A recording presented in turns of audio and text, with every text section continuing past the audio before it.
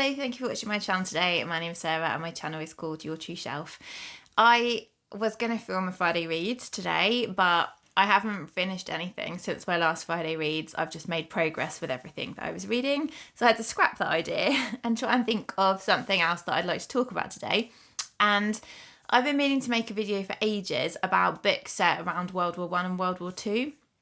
I really love reading about this period of time in history. I find that it's often very immersive and something which I think is a difficult to read time, but you often get very into the stories of the characters, and I find that I just really like books set in this historical time period. So I thought that I would pick up some of my favourite books set in World War I and World War II, and I would talk about them so that if that's something that you enjoy, then you can get some new recommendations. Fingers crossed.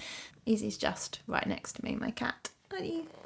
This book is unusual in that it starts in 1947 after the war is finished, and it goes back in time. So there's no sort of starting at the beginning and then going back in time. It's starting from the future and working its way back to the beginning of the war, which is really interesting because I don't think I've ever read any other books which do the same thing, and yet it doesn't feel confusing at all.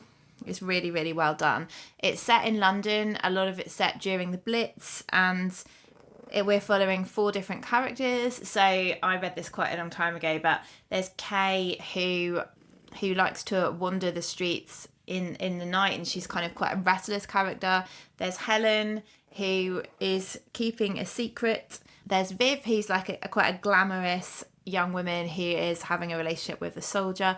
And then there's a young man called Duncan, who is struggling with his own issues. And it's basically how their 4 lives intertwine over this period of time. And there's one very, very vivid scene which I can still remember even though I read this many years ago. And there's a medical emergency and they're chasing through London in the Blitz, and there's fires everywhere and there's roads blocked and stuff like that, and it's very intense, and I can just remember that even now, and it was a really wonderful read. Second is one of my favourite books of all time, which I've mentioned before, and this is Life After Life by Kate Atkinson. This is an absolutely wonderful, wonderful book, which I urge anybody to pick up if they haven't done so already. It's following a young girl called Ursula, and Ursula was born in 1910, I think. Yeah, 1910 for the first time, and she's born during a snowstorm, and shortly, I think actually she's born dead because her umbilical cord is wrapped around her neck in labour, and she dies, and then she gets born again in the same snowstorm in 1910, and then she lives a little bit longer and she dies, and then she is born again in the same snowstorm in 1910, and basically she keeps living the same life, but in her memories she can have slight memories of the previous lives that she's lived before. So she gets some sort of senses of foreshadowing when things are gonna that things might happen, and she might need to do something differently, or that a certain scenario might actually be quite dangerous. So I've got cat hair stuck to me because I just gave Izzy a kiss and now I can feel I've got cat hair on my face. And so we gradually progress in increments through Ursula's life because she, like I say, can get these instincts and deja vu feelings. And that becomes a plot line of itself because she isn't sure what's happening, and her family think that there's something mentally wrong with her because she keeps getting this deja vu. So there's this really lovely psychiatrist who's also involved in her life, but he's actually a really cool guy. And yeah, so it's just this wonderful story. But because of the time frame that it's set in, we go through 2 world wars, World War I and World War II, with Ursula and her family. So she has other siblings, and I got so attached to one of her siblings. He was Teddy, and he's her younger brother. And Teddy actually has his own book called A God in Ruins, which I don't think was as good as this one, but I have also read that one. Teddy is a pilot in this book, and the war features heavily, and there's actually a section where Ursula goes over to Germany just as Hitler's rise to power is happening, and so it's very sort of woven in through this book. But I just would urge, like I say, everybody to read this because it's so good. The next book is one that I read while I had COVID for the first time, and that is actually forever linked with the memory of this book. But I read it because it was longlisted for the Women's Prize a couple of years ago, and it wasn't shortlisted for some unknown reason, but it was a very good book. And this is Remote Sympathy by Catherine Chidgey. I haven't read any more books by her, but I'd really like to. This one is set in Germany in World War II. And we're following Greta and Dietrich Hahn. And they are initially living in Munich, and they leave their Munich home, which she's not very happy about, to go and live in this new home, which is actually far more beautiful, and they can have anything they want. Anything will be made for them. She just has to ask, and she gets all these amazing things. They're in a forest.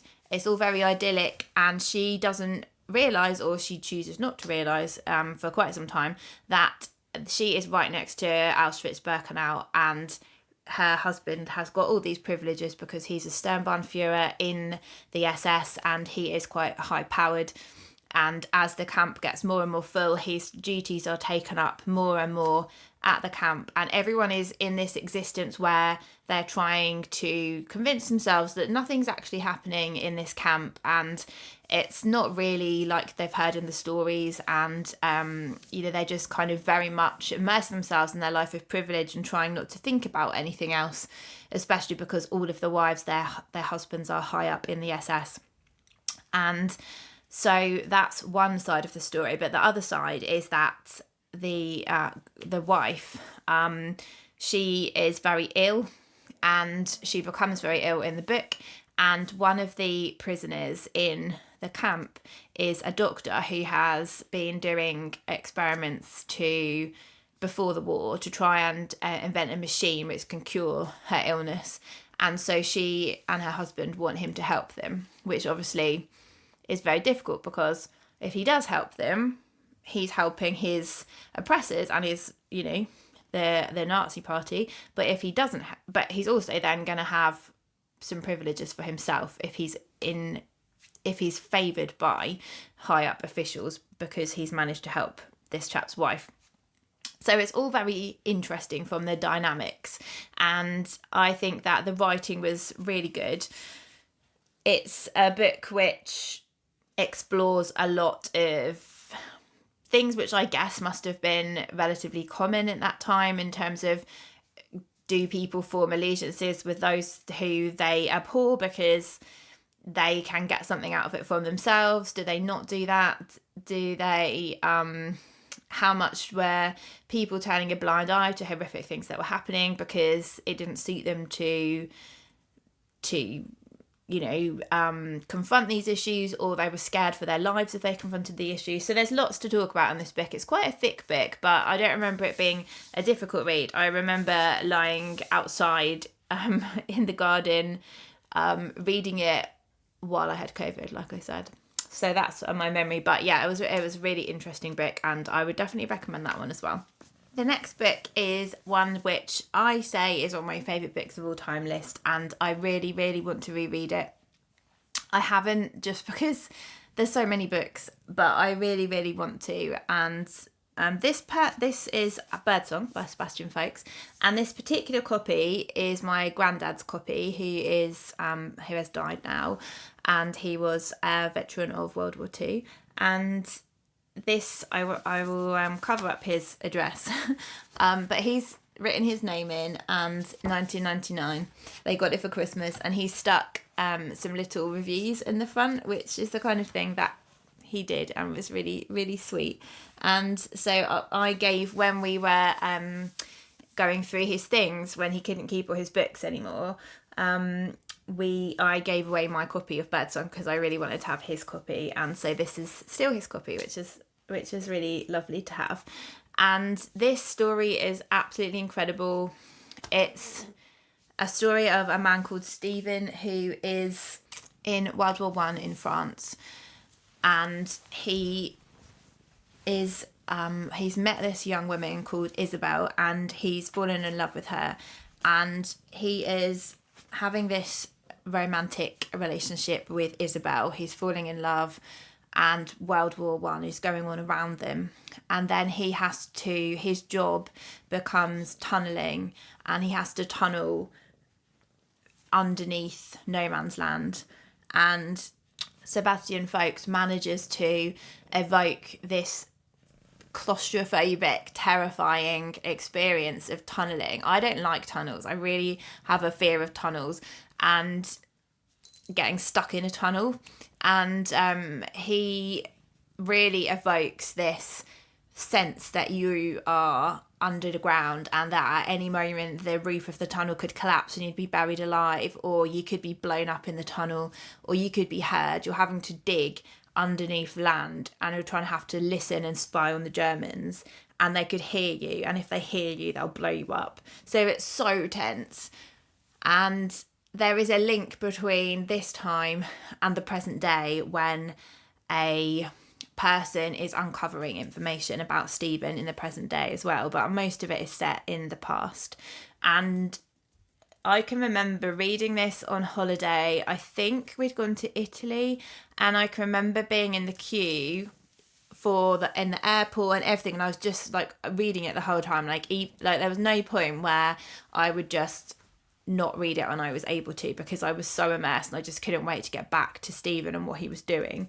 So it was a really, really wonderful book, and even talking about it again and holding it in my hand makes me think, why haven't I read this again? Because it must have been, it was before I had my daughter, so I would say it's a good 12, maybe more years ago that I read this, and it's definitely time for a reread because it's so good. And I guess the next book also links in with my granddad, so I'll talk about the next one. He didn't read this book as far as I'm aware, but it was about his experience, and this is The Narrow Road to the Deep North by Richard Flanagan, and this is probably the most visceral book I've ever read. This book is set in the Japanese prisoner of war camps in World War II, and that is what happened to my granddad. He was a prisoner in the Japanese war camps and went through an absolutely horrendous time, and that's what their character in this book goes through. And this is about a surgeon called Doerr Evans, and he is in charge of a group of men in the camp, and he's trying to save them from starvation, cholera and beatings. And there's also again a relationship with the future as well, which we know about in the book, but he doesn't know about at the time, obviously. And the camp, I think this is, I've read a few books about this time and place, and this one for me is the most incredibly crafted book, because I feel that, number one, the characters will get inside your chest and they won't leave. They will forever stay there. And not only that, but I think you really have a sense of what they're going through in those camps, because how the writing evokes those situations, I don't think I've ever seen anyone write quite like that before. So Birdsong is, like I said before, incredibly visceral as well. But this one is, maybe because this one has a different personal connection for me, it just gave me a sense of what my granddad went through in the camps, and you always root for the characters in this, and it's very, very emotional and moving, and a beautiful book, and it won the Booker Prize in 2014. But don't let that put you off, because it's not academic and strange like like some of the Booker books are. It's very readable but very hard at the same time. So beautiful. Again, 6 stars for this one. The next book is one which I always say is my favourite book of all time when somebody asks me what is my favourite book. And I suppose that changes, and you can't always just have one book which is your favourite, but I always say that it's this book, which is The Book Thief by Markus Zusak. I've read this book a lot of times. So I got introduced to this book because my mum, again with my granddad actually, my mum and my granddad had the CDs of this, and the narrator of the book on the CD version I had did such a good job. And then of course I wanted to read the book, and it's got things in it that you can't see on the audio, like how it's set up, and you've also got some little things like some little tiny drawings and some lists and things like that, which you can't obviously see those when you're listening to the audiobook. So I've read it, I've listened to it, that was my cat making that noise, many times, and I forever love this book. We are following Liesel Memminger in Germany. It's another book set in Germany. The book is narrated by Death, and when we first meet Liesel, she's on a train through freezing, I think from Poland. Is it from Poland? But anyway, she's going to stay with another family. Her little brother dies on the train, which is heartbreaking in itself, and her mum is taken away, and she goes to live with the Huberman family, Hans and Rosa Huberman. And Hans is one of my favourite characters in a book ever, because he is such a kind man. He is doing everything he can to avoid having anything to do with the Nazis and to protest against them, but without dying at the same time, because it was very risky to do what he was doing. And his wife Rosa is like a real like firecracker. Like she's like quite crude, and she swears, and she's quite loud and brash, and she's always in a bad mood. And so they're quite opposite to each other. And she's also funny, but not intentionally. You just laugh at her. And Liesel goes to live with this family, and she can't read or write when she gets there. And Hans teaches her how to do that. And so she becomes in love with books. And books are obviously being burnt quite a lot during this time. And she is called the book thief because she steals one of the books from a bonfire, because she doesn't want to see books burned, and that's how she starts off as being called the book thief. And so she's doing her own small acts of rebellion as well. And it's about Liesel in Himmelstrasse, which is the road where they live, and the people who live there, the friends that she makes friends with this boy called Rudy Steiner, who is a delight, and they get up to all sorts of mischief together. And she also befriends a Jewish man called Max, who's in hiding. And yeah, it's just, I love it. And the story, I love Markus Zusak's writing style, because he does this thing where, like, at the beginning of each section, there's a little list at the beginning of each section. So for instance, it will say the name of the chapter, and it will say featuring the way home, a broken woman, a struggler, a juggler, the attributes of summer, an Aryan shopkeeper, a snorer, two tricksters, a revenge in the shape of mixed lollies. And it will just have little lists like that at the beginning of each section. Doorbell just rang, just threw me off what I was saying. So yeah, he's got quite a unique writing style, which I love. And the other book of his which I've read, which is called The Bridge of Clay, it was my favourite book of the year last year, I think it was. So yeah, I'm a big fan of Markus Zusak. So anyway, that's The Book Thief. The next book I read quite a long time ago, so I'm struggling a little bit to remember the finer details of the plot. But this is All the Light We Cannot See by Anthony Doerr.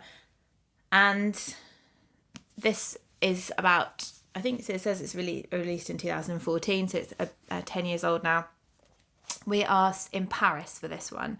We are following Marie-Laure, who is a girl who's blind, and she lives with her father. He works in a museum, and he's made her this beautiful miniature model of Paris where they live, so that she knows how she can learn how to get around, because she can practice walking around, but not in the model obviously, but she can feel her way around this model so that she can learn.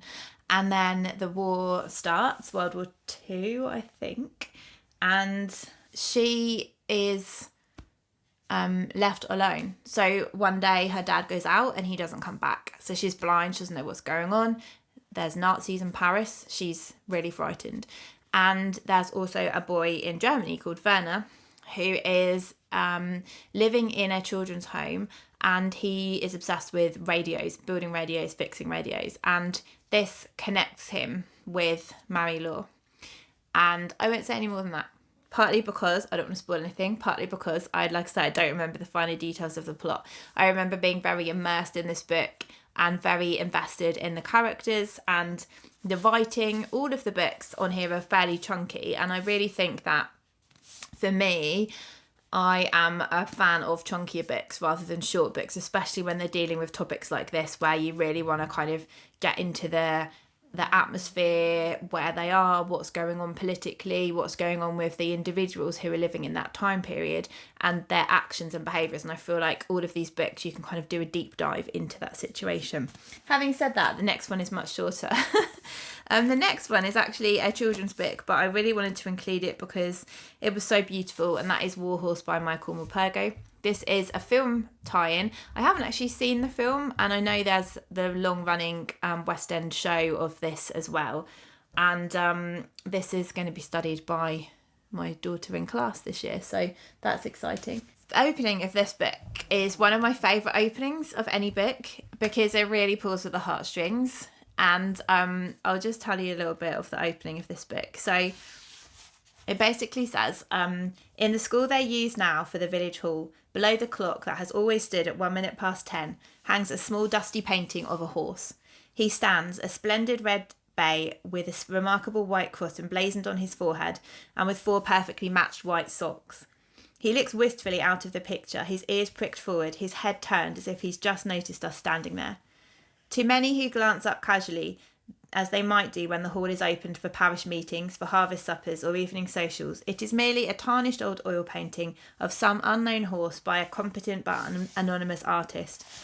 To them, the picture is so familiar that it commands little attention.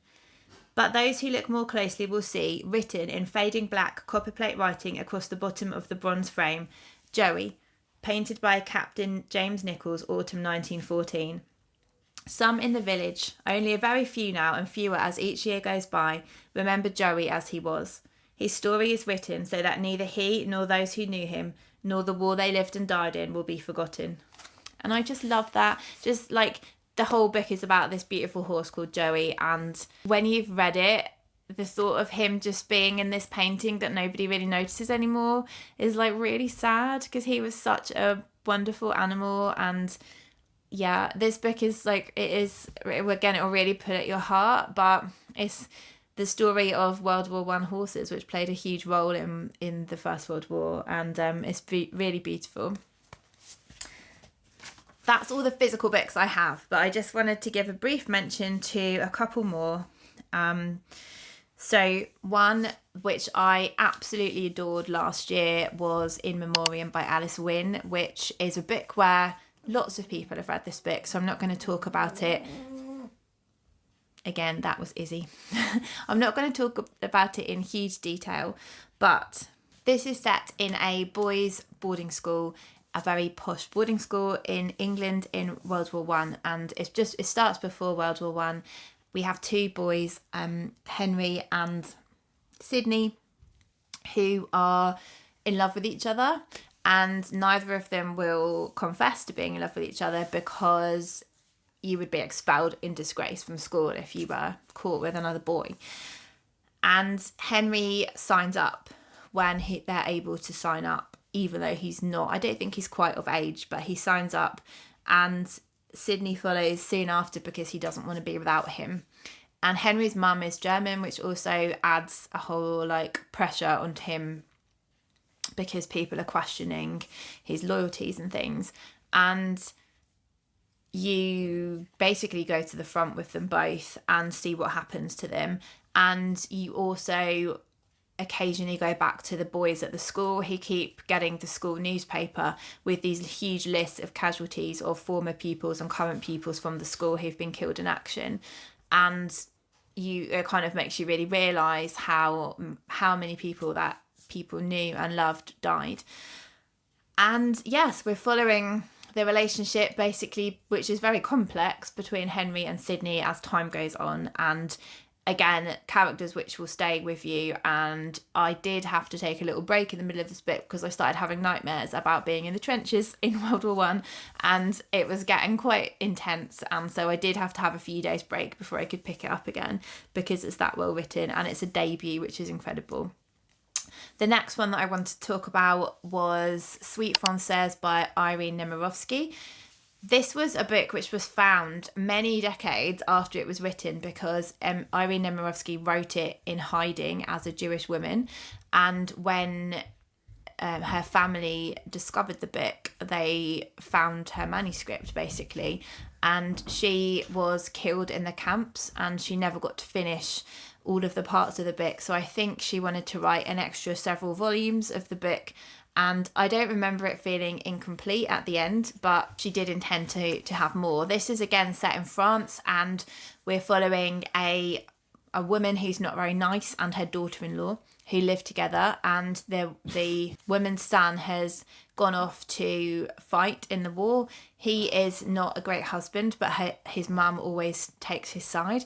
And the Nazis are in their town or their village, and a German officer is posted to live with the family, and the daughter-in-law starts to have feelings for him. So again, it's examining the complexity of this situation, because he stands for something that she hates. The mother-in-law is like horrified that he's even setting foot in their house, and she knows that she shouldn't have feelings for him, but she does. And he also has to do things which he's not comfortable with in his role as his job, and again that's examined. And I feel that this is a really good exploration of those issues. Then the final one that I wanted to mention is The House Opposite by Barbara Noble. Barbara Noble actually lived through the Blitz in London, and so she's writing, unlike the other authors that I've mentioned, she's actually writing from a position of having experienced this herself. She's writing a story of Elizabeth Simpson, who is having an affair with her married boss. And they've been having an affair for a few years. And all of a sudden, despite having to be really careful and trying to hide everything, everybody gets more daring and damning the consequences of things that they wouldn't normally be able to do when the Blitz starts, because they could all be killed at any moment. And so Elizabeth's dad is a air raid warden, and she does shifts where she says she's going to go and keep watch, and so does one of her neighbours. He's like a young boy, sort of young teenager, and she'll sort of try and use these as cover to slip off and meet the guy that she's having an affair with. And her mum is really, really anxious, and she's drinking too much. And so it's just the dynamics of the family next door, the family, Elizabeth's family, and also her affair with this man. So it's quite a sort of intimate character study. It's quite a short book from what I remember. Let's see, it is 236 pages. So again, despite what I said earlier, this one does pack a punch. This one is not such an epic story, but it's a following of a small number of characters and their day-to-day lives, and I gave it 5 stars. I really loved it at the time, and I would like to read more by Barbara Noble. This book was written in 1943, so it's the oldest of the books that I've discussed, but I really would recommend it. It's really, really good. So that is enough for me, because I've talked for quite a long time. If you've got any books set in World War One or World War Two that you think that I should absolutely read, then please do let me know in the comments, because I would love to check them out. I am always, like I say, interested in this time period. So if you've read any of these, let me know what you thought of them. If there's any other kind of themes, things that you'd like me to talk about, then let me know as well. I hope you have a really lovely week, and I'll speak to you all soon. Bye.